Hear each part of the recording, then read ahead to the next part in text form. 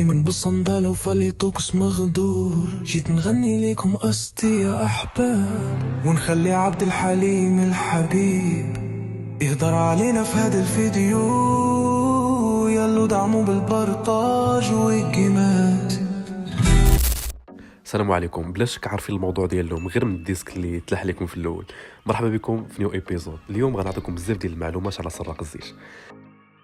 اول معلومه هي سراق الزيت صحيح يقدر يبقى شهور بلا ماكله وسيمانه بلا حتى نقطه ديال الماء و40 دقيقه بلا ما يتنفس.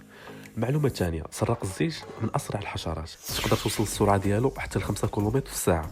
وتخيل معايا كون كانت سراق الزيت قد الحجم ديال الانسان يقدر يجري 300 كيلومتر في الساعه.